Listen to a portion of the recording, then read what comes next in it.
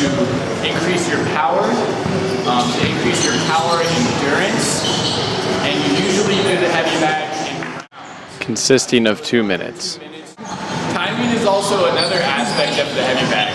Once you start to hit the heavy bag and move around it, it's going to swing a little, depending on the size of the heavy bag and the strength of the boxer. This is where your footwork comes into play, and your agility, and also the mental preparation to move while executing your boxing skills. So Roberto is going to help walk me through the execution and the follow-through of working with the heavy bag, focusing on the technique with his body, where his power is coming from for the execution of the punch, as well as what happens after he throws the punch. So Roberto, go ahead and get your boxer ready stance. Right now he's in his athletic stance or his ready boxer stance. His weight is mostly centered, but he may shift a little weight onto that back foot. All of your power comes from the transfer and the twisting of your hips. Go ahead and throw it right straight for me, Roberto. Boom, that right straight. So Roberto throws that punch, twists his foot, twists his hips, body comes out, fist extends. All of that power is just generated right through here and comes right into the back. Sharp and quick.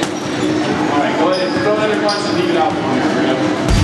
Alright, now you can see once Roberto has thrown the punch, all the power has been transferred and the heavy bag is taking the full effect of the force. Now for the recovery, and after he's done with it, this is a very important part of boxing. He needs to bring himself back into his ready stance all at once. With a very quick, simple movement, he unpivots his foot or pivots it back to the starting point. At the same time, he is transferring his hips back. Go ahead and bring it all the way out for me. So slowly go ahead and bring it back in. So you can see this is all one fluid, flush movement, where his hand comes back to protect his chin, his face, his hip comes back to where he's centered, and his weight is evenly distributed. He's in a better position to move himself and arrange himself for the next punch. And his foot is back in a spot where he can pivot again for another punch, or use it to move around the ring. Go ahead and throw a couple punches and put some power behind him.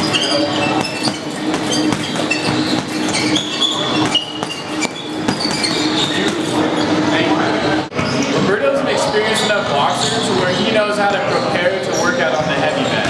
So Roberto's going to come over here next to the bag.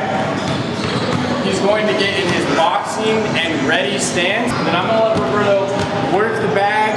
He's going to hit it just with his jab while he's moving around in a circle, both clockwise and counterclockwise, back and forth, back and forth. Go ahead, Roberto, get in your boxing stance. Throw that jab. Go ahead and work around the back. Throw that jab. Alright, high jab, low jab. During Roberto's heavy bag work as a coach, you're going to give them tips if they seem to hone in on one spot or one specific type of jab. You're going to have to mix it up and constantly progress them. Also have pretty different input so they can just change up their workouts. You never just want to have a boxer stagnant, staying there in one spot, just doing the same thing over and over. Boxing is a multi-skill sport, and working in all those skills through every workout, once they've been properly developed in the beginning of a boxer's training, is very crucial. Alright, this is Danielle. She's another boxer from the Houston Davis Boxing Club. Today, Danielle is also like Roberto, and she understands the basics of boxing. She knows how to stand. She knows how to throw the different punches, the jab, the hook, the uppercut. So we're going to have her work on her hook for a 2-minute drill on the back. She knows that you have to be mentally prepared because when you're throwing hooks, it's a stronger punch, and that bag can start to move around. You don't want the bag swinging a lot. You want to control the bag, do not let the bag control you. Just like you would in the boxing ring, you want to control your opponent. You don't want your opponent to control you. Alright, Danielle, go ahead and get your boxing, your ready stance, your hands up by your head, and just work on those hooks for me. Go ahead and move around the bag, work on those hooks. That bag is swinging, it's not controlled.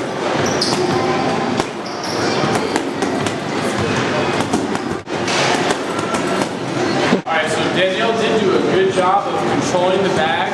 She was moving around and she was just using her hooks. one element that Danielle did miss, and that's okay, it happens a lot with boxers, especially when you're throwing a lot of punches.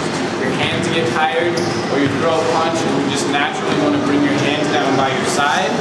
As a boxer, that's not good. You always want to keep yourself prepared and defend your face. So Danielle, this time I'm going to have you work on the back again, but as soon as you throw that hook, I don't want you to worry about speed or the power necessarily. Right now we're going to fine tune it, so as soon as you throw that hook, either way, left hook or right hook, you bring those hands right back to your face, alright?